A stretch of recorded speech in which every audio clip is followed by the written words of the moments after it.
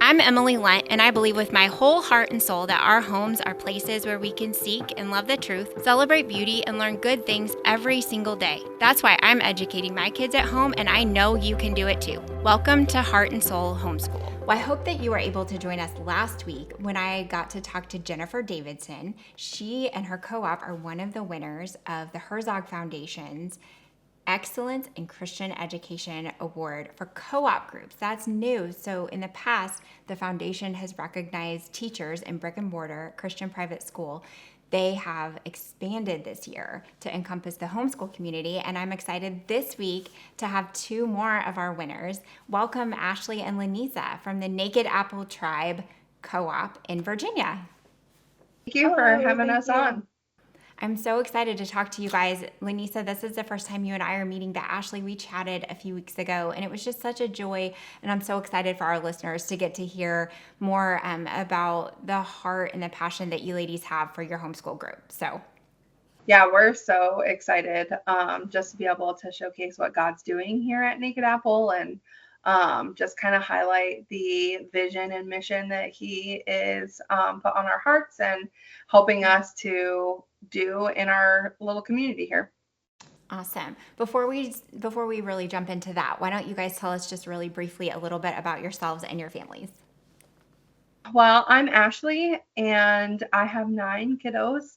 I just graduated my oldest this last school year, and so my mama heart is a little sad to have one less kiddo at home, but my youngest is 5.5, and we moved to Virginia in 2020.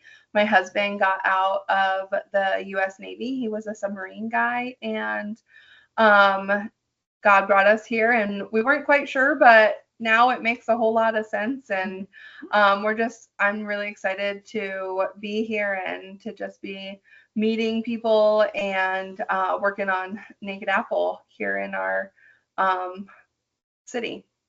That's great. Niza? My story is a little bit similar to Ashlee's. We moved from Maryland to Virginia in 2001. I was very hesitant of moving. We had a really good community where we were at. We were there for a very long time. But like Ashlee said, now I know why we moved, and we are just so happy to be here and being able to pour into this community because it is something really special.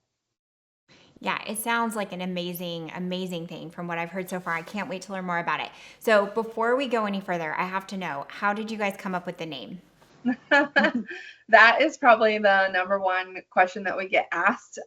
We had a pastor day recently at Co-op where we invited everyone's pastors, and that was the number one question that the pastors asked. And we were humored to find out that a few of them had actually looked on our website to see the story. But my 5th child, when she was about 3, she was always wanting her apples to be naked. And we were driving in the car one day, and my husband was like, she wants an apple. And I was like, oh yeah, I bet you she's gonna want it naked. And he was like, what is a naked apple?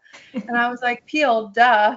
And sure enough, she asked for a naked apple, and I just clicked that day that we should call our homeschool, like for our house, Naked Apple Elementary. And so when we moved here, my husband was like, you're gonna call it Naked Apple, right?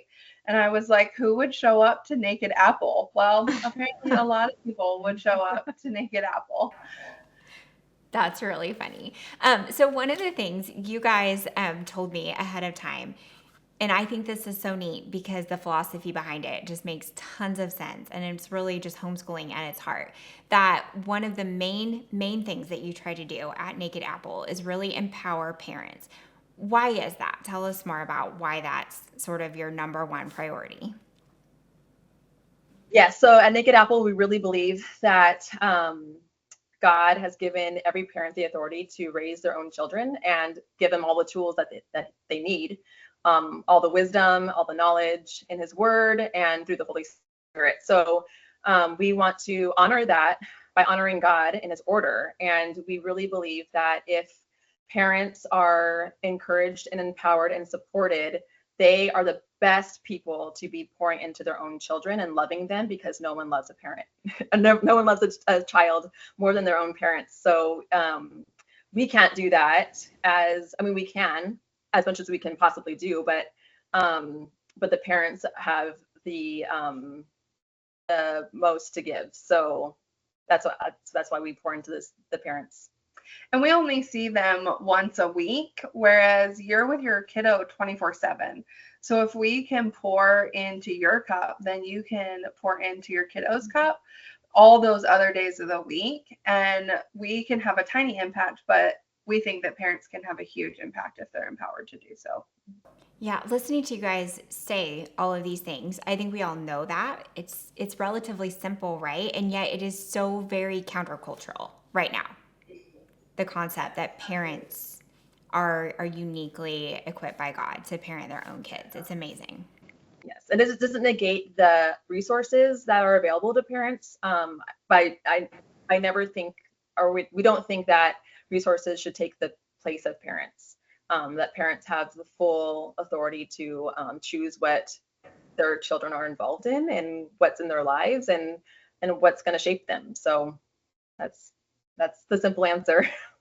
Yeah, no, I think it's a simple answer, but like I said, I mean, there's just so much truth there, and it is countercultural, and it's actually really hard to find places that will support you in parenting in that way. And so I think that makes Naked Apple really a special place, and I can see why families flock to it.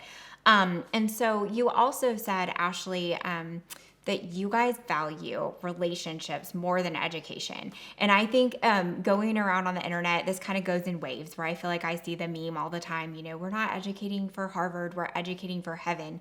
And I think that's a kind of a common thing that homeschoolers say. And it is true. I mean, they don't have to be exclusive of each other. But you guys really focus on spending the day building relationships around the education that's happening, right? Yeah, so I think education at Co-op is secondary to relationship, and I think we really have been able to capture what that looks like and kind of trickle it into everything that we do. All of our leaders and all of our parents know that at the end of the day, as long as kids have been loved on, it's a successful co-op day. And if they learned a math fact or a science fact, that's like the cherry on top. And we have a mom who does this really, really well. She is always more focused on whether or not the kiddos are being loved or their cups are being filled. And she's always the first to recognize that, maybe a group of students is having a rough day or just not in the right frame of mind to be in the classroom setting. And she's the first to throw the lesson plan out the window and take them to the park and just get them running around and hanging out with each other and just talking with them one-on-one. And that is like what we have really tried to foster and to build up in our parents. And not just for the kiddos, but for the moms themselves. If you come to Co-op and your kids are fed and taught, that's just not enough for us. We want you to be fed, and we want you to leave Co-op with a connection with another mom, to be able to do, life and activities and friendship with outside of Co-op. Because again, we're only seeing these people one day a week, and we want to be able to have touch points with them all throughout the week. And so one way we do that is this last year, Lanisa had the great idea to start what we call treehouse groups. And so those are kind of like small discipleship groups that are based off of geographical location for the families in our co-op, but they give us more touch points during the day. And also it allows for our families to have a touch point with each other where they can be like, hey, I'm going to the park. Who wants to come? Or I'm having a really bad day. Can you pray for me? Or, what are you using for math curriculum? Or for, anything that would be helpful for them. And that has been a huge, I think, success for our families, not only connecting, but also it's a great way that we distribute information for Co-op. And it's helped us to be able to personally touch each family, even though there's many families and only few of us.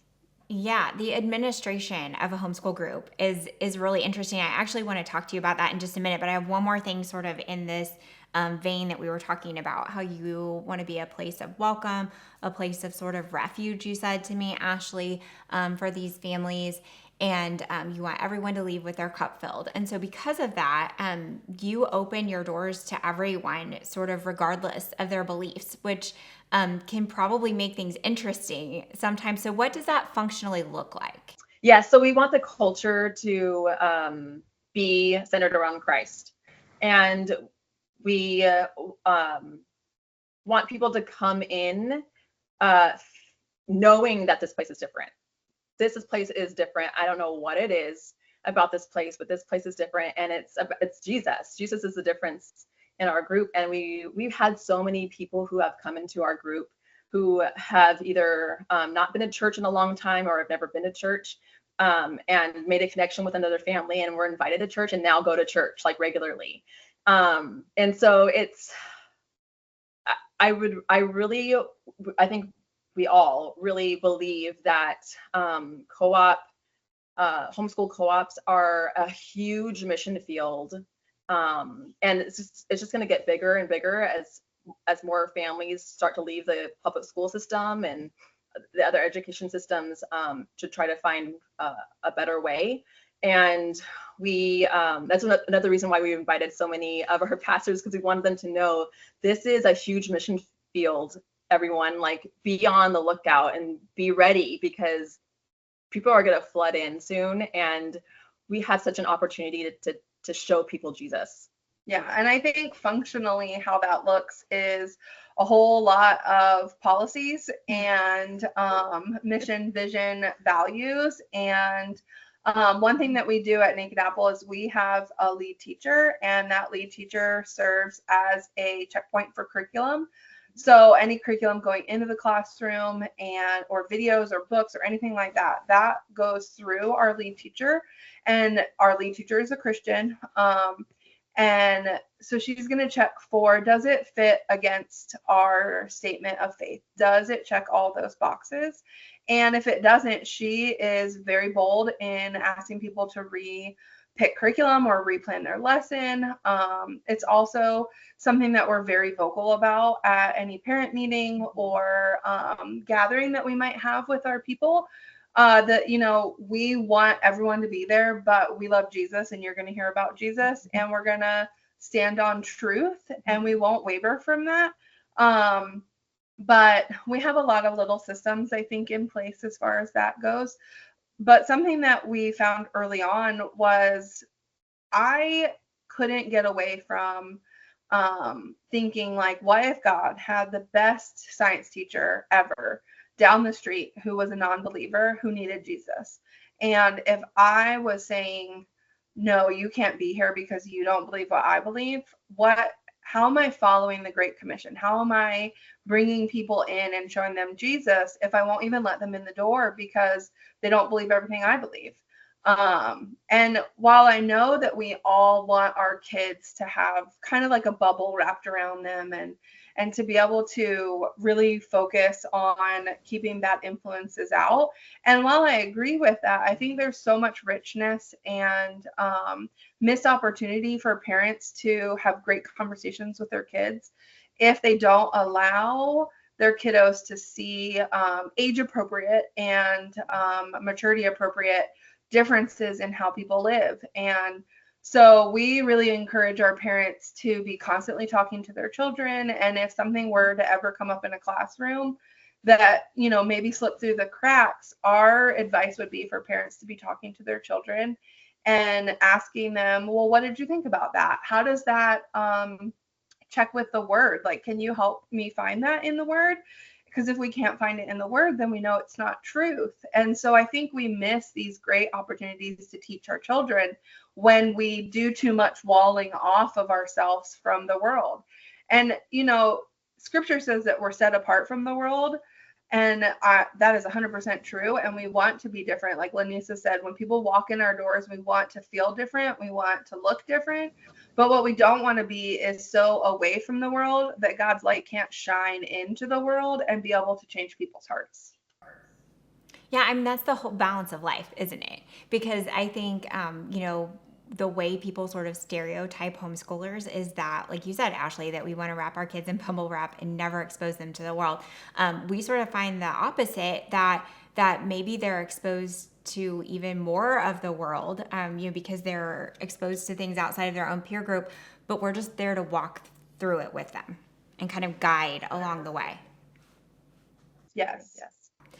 So you guys, and you alluded to this, that part of the reason why you can be so open in welcoming people of different beliefs is because you have a really robust sort of vision statement and guidelines laid out. And so you guys told me ahead of time that you run this like a business, that it deserves the attention that a business owner would give their business.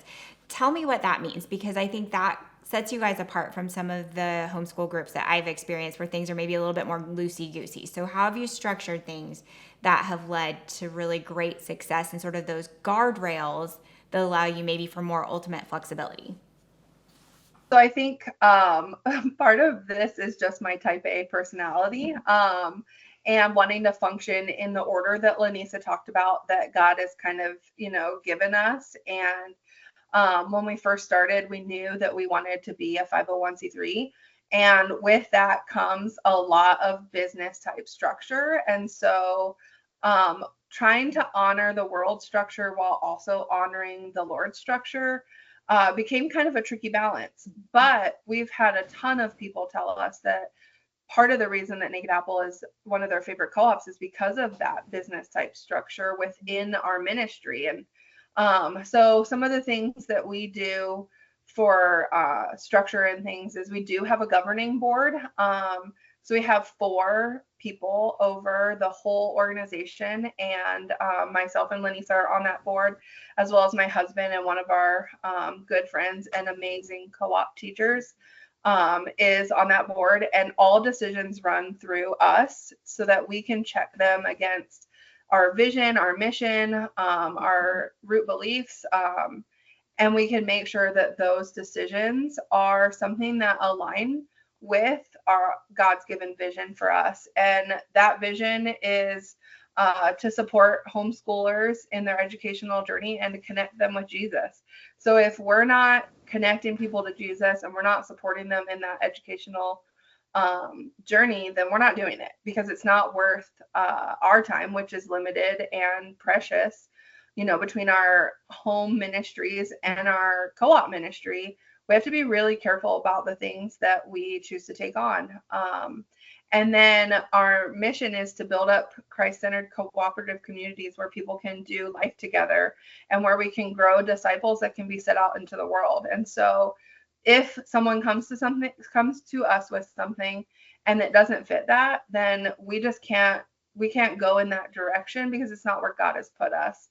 And one of our huge root values is to shelter with love, or to connect with joy. And if we can't even meet those bare values because we're so stressed out doing things God didn't call us to, then we're going to be a hot mess, and we're not going to minister to anyone. So between the governing board, and then we have a very robust operations manual and handbook. And some people get a little nervous and they're like, wow, 100-page document for such a tiny little co-op. But quite honestly, it keeps us all in alignment, and it helps our members to know what to expect. And this year we actually franchised out about an hour away from our original location, and that operations manual is going to make sure that no matter what location a family comes to, that they're going to get the same vision and mission and the same love from Christ that our original location gets. And maybe your family moves and you hop outside the city, and we just want to make sure that we're honoring what God has given us and stewarding it well, because he's entrusted a lot of little lives to us on a weekly basis. Do you have anything that I missed? I was just going to say that our handbook is kind of like our constitution. I kind of equate it to that, because it's just, okay, there's a decision you have to make. Let's go to the handbook, and how does this fit into what we know God is calling us to do. And yeah, that I just have that to add, and that's it. And that handbook and operations manual, I think, is mostly for me because I'm the good idea fairy of the group, and the crazy visionary who's like, let's, open up another location an hour away. And thankfully, Lanisa has always been like, yeah, if that's what God's calling us to do, let's do it. No matter how crazy the idea is. My husband is generally like, how did you find people that are on the same level of do these weird things? I don't get it. And I'm like, it's because we're on fire for the Lord. This year we had a really difficult year that we just finished up. And it was probably one of the most fiery and sanctifying years that we've had as a co-op. And I remember pleading with the Lord, like, can we just have a year that like is just normal? Can we just coast? Like, what are you doing to us here? Like, I want to get out of the fire, Lord. I'm so tired of being burned. And so we sat this summer and we kind of, had our time that was quiet, and we took our resting place. And then I realized, like, no, wait, you're in the fire, Lord. I want to be back in the fire. Put me back in the fire. And then I was like pleading with the Lord to like spice things up and put the furnace back on. And wouldn't you know, like, we went from 76 children in July to now we have 115 for this year, just at our one location. And I was like, oh Lord, okay, back in the fire. And I'm so excited to have a house full of kiddos and to be back on mission with you. But I think sometimes we forget that the hard, hot things are where the Lord is. And sometimes our fleshly heart longs to be in the easy and the simple, but we want to be where the Lord is. And I have no idea what that has to do with the handbook, but it just felt really good to say. No, I think that's beautiful what you just said. And I think, frankly, I relate to that as a mom, Ashlee, because these times that we're living in feel extraordinary to me as a mom. And I think it requires a lot of us. And I think that we need to be all in for our kids, and we need to be all in for families who are looking to make changes. Education is such a big deal right now, the way we disciple our kids. And so I love what you guys are doing. I love that you're expanding. It is an exciting work that the Lord is doing through you guys. And we can't wait to hear more about it over the next coming little period of time here. So if people want to learn more about you, I've got all of your social media and the website. We're going to put that in the show notes. And if you are listening to these wonderful ladies and are thinking, like, man, I would love to start a homeschool group like Naked Apple Tribe, Herzog Foundation can help you with that. They have a great resource that's called HF Homeschool, and it's a resource that will walk you through all of those things that Ashlee and Lanisa have been telling us about: how to become a 501c3, how to come up with that vision statement, that robust manual that's going to serve as your guide rails and kind of make those things that could get kind of sticky easier. So if you need help with that, we'll link back to that in the show notes, and I hope that everyone will check that out because it's a wonderful resource. So ladies, thank you for being here with me today. Thank you for having us. For everyone else, I hope you'll join us next time for the next episode of Heart and Soul Homeschool. Heart and Soul Homeschool is a podcast presentation of the Herzog Foundation. The views and opinions expressed on the show are those of the host and guests and not necessarily the views of the Herzog Foundation. Be sure to like and subscribe to the show so you never miss an episode of Heart and Soul Homeschool.